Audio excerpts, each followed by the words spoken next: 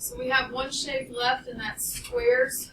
If you're looking at the flip book wondering why we're not doing trapezoids, that would be because the state took them out of our standards. So if we don't have to cover it, then I'm not going to take time on it. I would like you to look at the trapezoid page and just look at the shape of the trapezoid.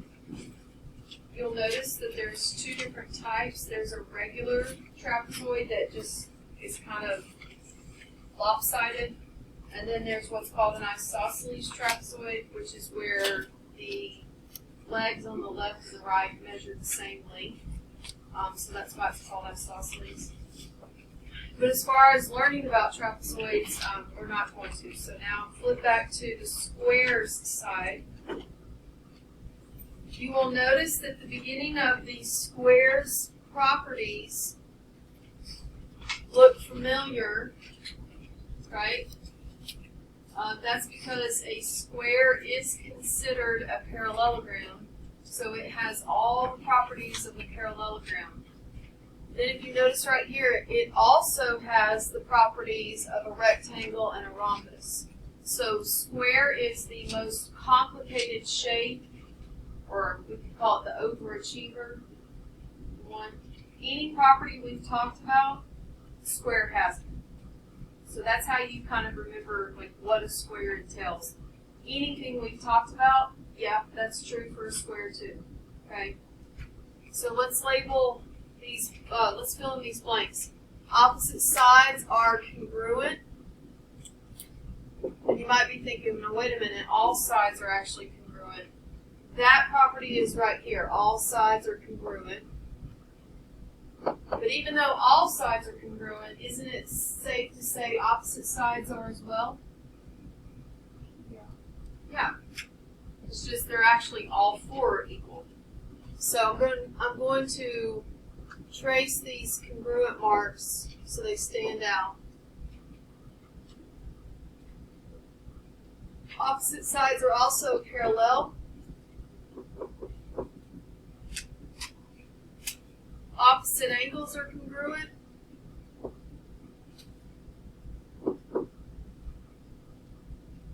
Consecutive angles we said we're going to call same side interior, so we're using that same vocab as parallel lines cut by transversal.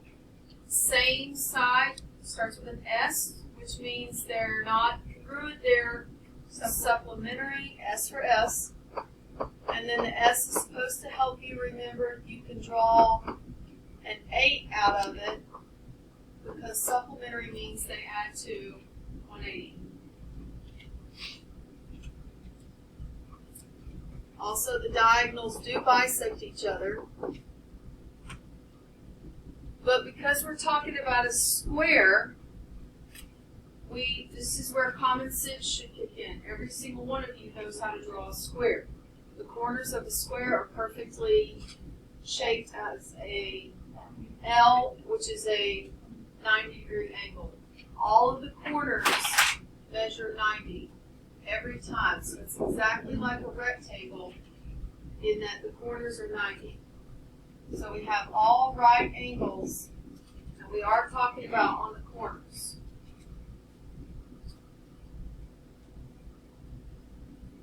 We also have, since it is upright, right? Remember my arms demonstrating like, let's see, what did we start with? We started with a parallelogram.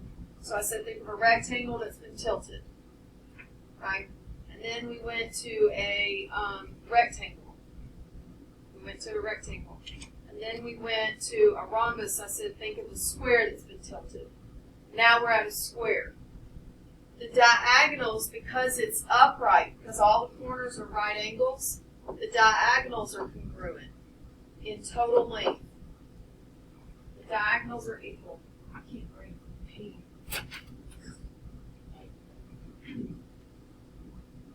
Hopefully it cuts off. So the diagonals are congruent, and then the diagonals are also, if you go back to the rhombus property yesterday, remember we said that the diagonals are perpendicular. perpendicular. I want everybody to put your pencil down after you finish writing that. Then I want you to close your eyes. Don't worry, I'm not going to walk around and like hit anybody.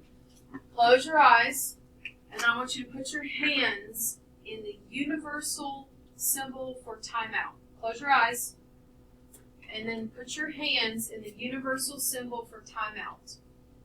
Do your hands in the universal symbol, like if you were trying to tell someone timeout from across a field, you can't yell it, so you would do what with your hands? I'm looking around. All right, stop flipping me the bird with the middle finger. I'm just kidding, nobody's doing that. All right, good. So those that participated, some people didn't participate.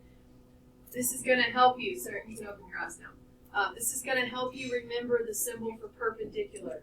Okay. Universal symbol for timeout is you do like a big old capital T, like whoa, pump the brakes, slow down, timeout. Or football coaches, they'll do this when they're trying to yell for timeout. The symbol for perpendicular, thank goodness, because that is a very big word. I don't want to write that every time. Is an upside down capital T. Now the reason it's upside down is because I guess if they did it right side up, you would think it's the letter T, and they didn't want you to think that, I guess. It's upside down, and the reason, or the way to remember that that means 90 is because an upside down T, those meet at 90 degrees, right? So this is how you're going to remember this. You're going to start seeing that symbol, so start training yourself for that, okay? One last property, and this was the one we learned yesterday with rhombi. Diagonals bisect opposite angles. Diagonals bisect opposite angles. That is a lot of information for squares. I'm not asking you to necessarily like memorize that because that would be a lot. But I am asking you basically to remember that anything we've talked about, it's true for a square. So if you think to yourself, well, I think they bisect each other. Yep, that's true for a square. Okay? They all exist. Now, here's something extra in here. First of all, because the diagonals come together at a right angle, then yes, Pythagorean theorem can come up. Okay? So we're going to make a note again. Look for a squared plus b squared equals c squared. It can come up. But there's something else really cool, and this is why squares are kind of boring, because this is the same answer every time. All right, stay with me. So the corner angles are always what again? They're always 90. But then diagonals bisect the opposite angles, right? So if we have our square with our corner angles of 90, but then our diagonals are drawn, those opposite angles have been, what's bisect mean? Cut in half. Okay, what's 90 cut in half? 45. So what would the measure of this angle be? 45. What's the measure of this angle?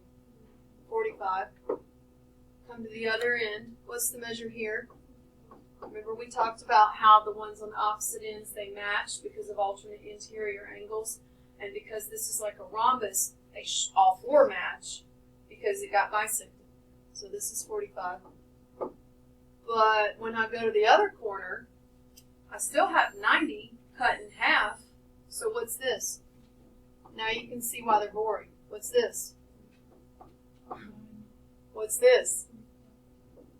What's this?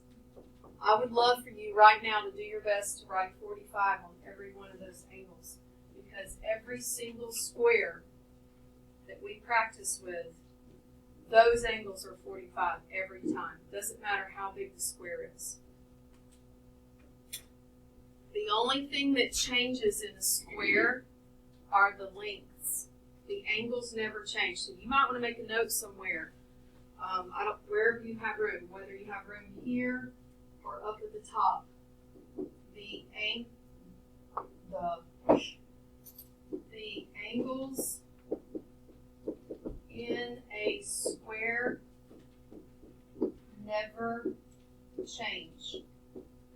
Like, bring on the questions about angles of a square, because I can tell you right now the answer is either 90 or 45 every time, because they never change.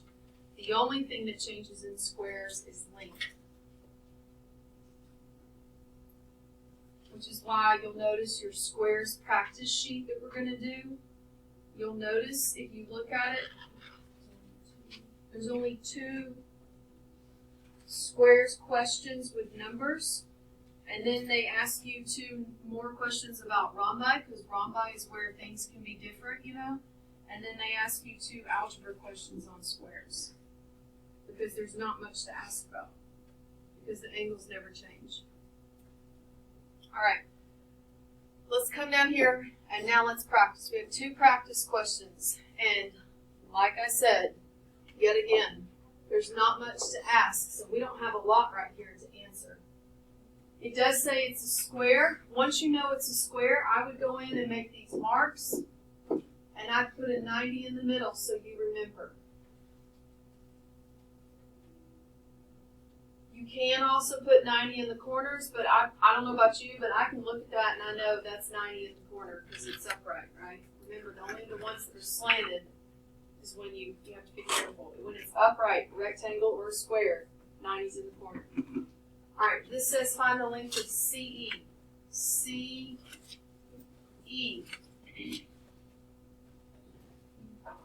Do what? 16. The diagonals bisect each other. This is 8 and this is 8, so the whole thing's 16. Now it says find the length of BC. Do we know a single edge of the square? No. Pythagorean theorem. So we're going to look for this. What's this going to be? 8, right? This is what measure? 90 right here. You see your right triangle now? I'll draw it over here. So you got 8, 8, and we don't know. So we're going to do Pythagorean theorem.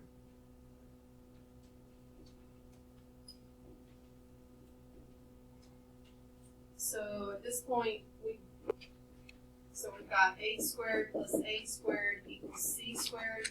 You can type 8 squared plus 8 squared in your calculator, since it's all on one side. And we need C squared to be just C. So we've got a square root. I need you comfortable with Pythagorean theorem. It's coming up in the next unit, and I would hate for, what I want is when that comes up in the next unit, I want you to be like, oh yeah, I got this all day. I've already done this like a ton of times in quadrilaterals. So you get about 11.3. Now it's asking for the angles. It's almost a multiple choice question because it's a square, which means your answers are either 45 or 90. You just have to look at the picture. Read the angle correctly. We're looking for angle CFD.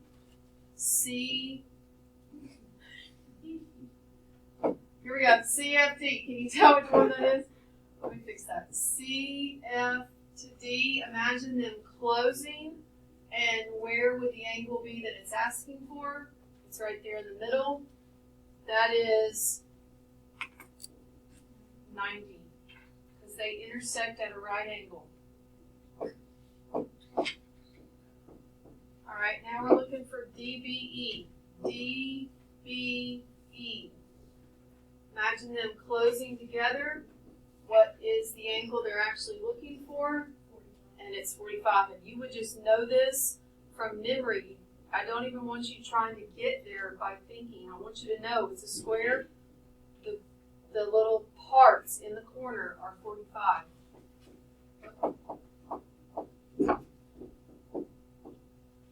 All right, let's go to the next one. If QRST is a square, find QS. All right, well, they tell me it's a square, so I'm going to do this so I don't forget. And then it says find QS, which means this is what I'm looking for.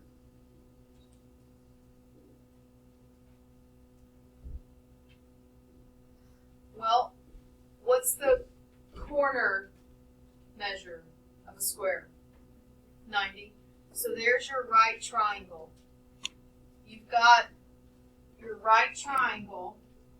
That looks terrible. Let me try and draw it more accurate. There we go. This is what we're looking for. We have our right angle. We know this is 21. What's this? 21 because it's a square, right? So I'll call the one I'm looking for C, since it's opposite of the right angle. And everybody find that. It is Pythagorean theorem again. Because squares are so boring with angles, most of the time with a square, it's Miss Callahan's class, y'all, delivering goodies. Hey, hi, we have Valentine's. Are y'all taking tests? No, ma'am, they're just very loud and obnoxious. Oh, okay. Just kidding. Or are they taking tests? No, okay. they're good. Janae, Janae, come get it, babe. Aaron, She's outside. I'll hold that for her. Amberly. Wait a minute, she has me second. Okay. She comes in. She's got work base. Miss Holcombe. Oh. Aubriana. Audrina. Savannah. Aaron. Is it Erin? Yep, she's sick. Janae again. Allie, Massingale. She And- comes to me in second. Yes, ma'am.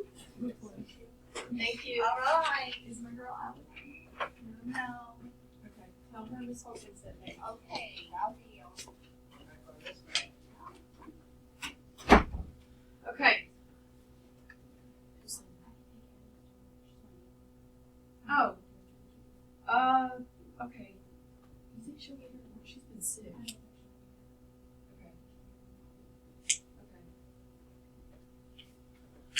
Let me just get this too, because long weekend, if she's not going to be here tomorrow, it would help for her to catch up on all that. All right. Okay. What'd you get, y'all? Yep. I got 7. 9.7. Did I round them? Oh, good. Yeah, there you go. 29.69, so 29.7. QS is about 29.7, right?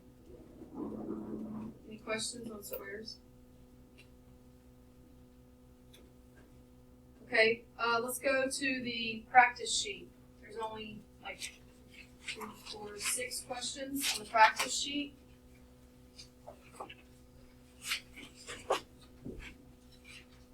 All the properties have been copied for you.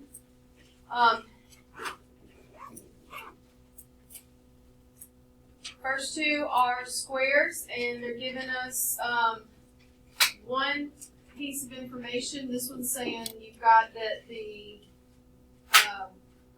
edge is 11. It is a square. It says find each missing value. The first thing it says is find BC. Well, that would be another edge. So what's that measure? 11.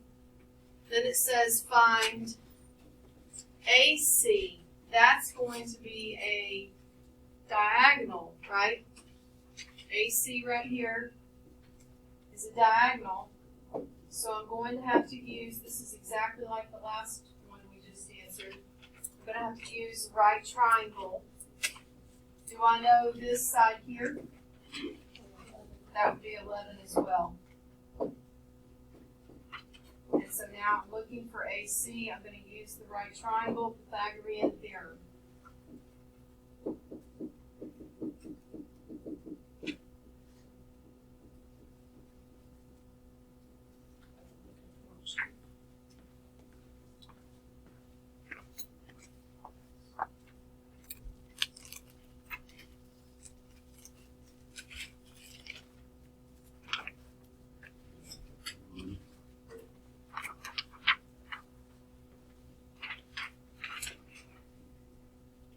Go to the nearest tenth. What do you get? Yep. make sure you can get here.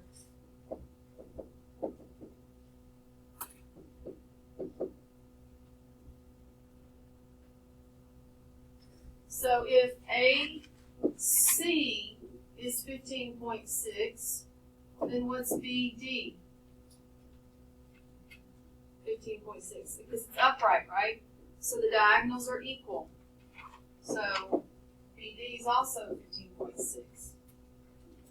And then it says, okay, what's EC? Well, common sense, right? AC was 15.6. EC is only, yep, it's only half of it, so you would have 15.6 and you get 7.8.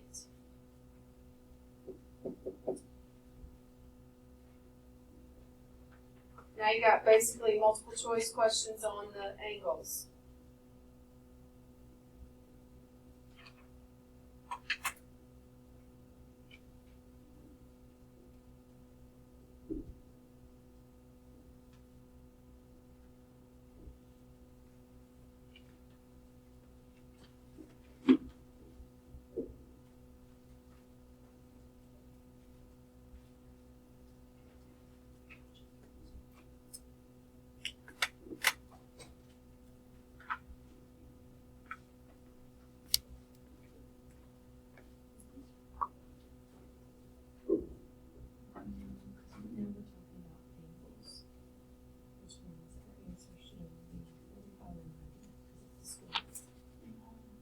We gotta look at the picture and see what angle they're asking for.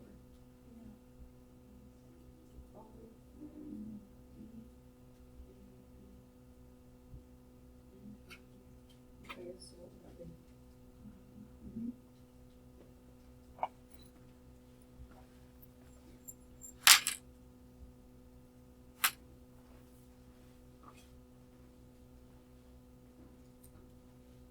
Trace the angles. Remember, it's either 45 or 90. And then don't wait for me. Take off with the rest of the questions. Get more free time at the end of class if you.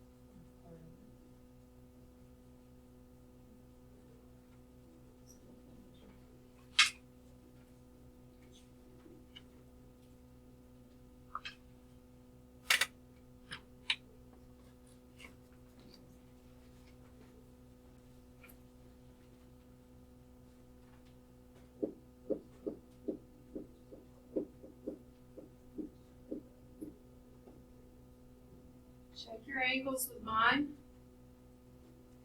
questions on it?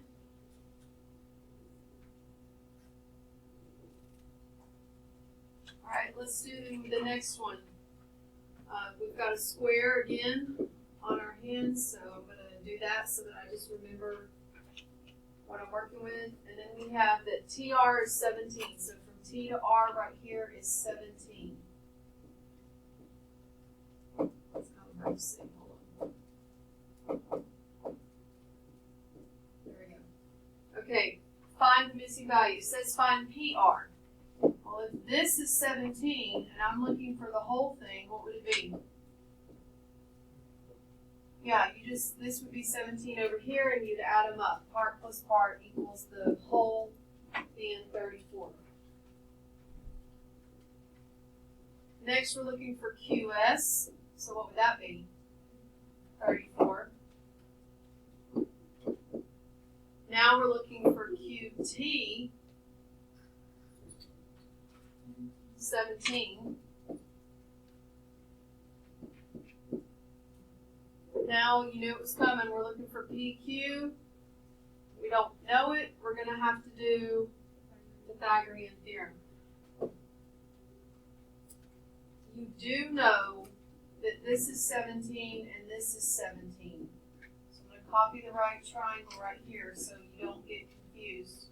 This is the side we're looking for, and we know this is 17. Oh, I didn't mean to write square. And this is 17. So you're doing Pythagorean theorem, finding the missing side, rounding to the nearest. Oh, there's no rounding involved. It's pretty on this one.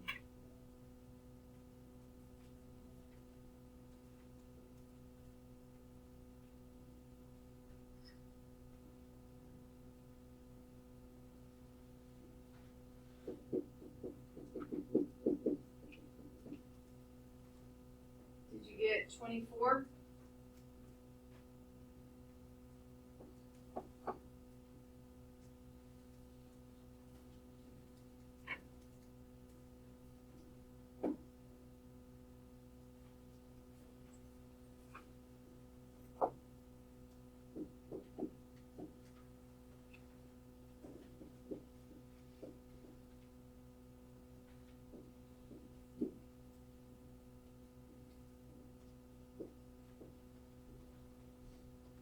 Okay, I'm going to let you finish working on this by yourself, or you're welcome to move next to a partner.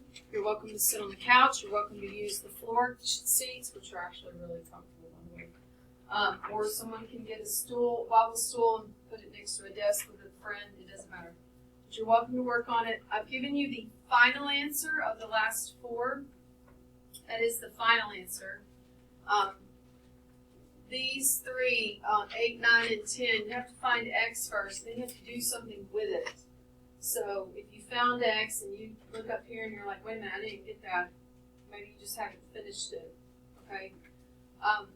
When you finish the squares sheet, you need to show it to me, and then your review. So we have a test tomorrow. The test is going to cover 2 things. Parallel lines and transversals, and then quadrilaterals. It's going to cover those 2 things. I'm going to help you tomorrow at the beginning of class create like it's not a cheat sheet, but it's a sheet with the properties of the quadrilaterals on it. So you get to use that on the test, okay? We're going to make that at the beginning of class tomorrow. The test is 20 questions, and I want you to have the chance to practice freely with no consequences. It will be posted in Delta Math, and I am looking to see who does it, okay? So at this point, I'm turning you loose to work on this sheet or to finish the rhombi sheet. You need to show it to me. And then you're going to move to the practice, the review for the test. And it's going to be in Delta Math. I think I need to hit post. I haven't posted it yet, but I have it made. Okay? You can listen to music as long as you're working.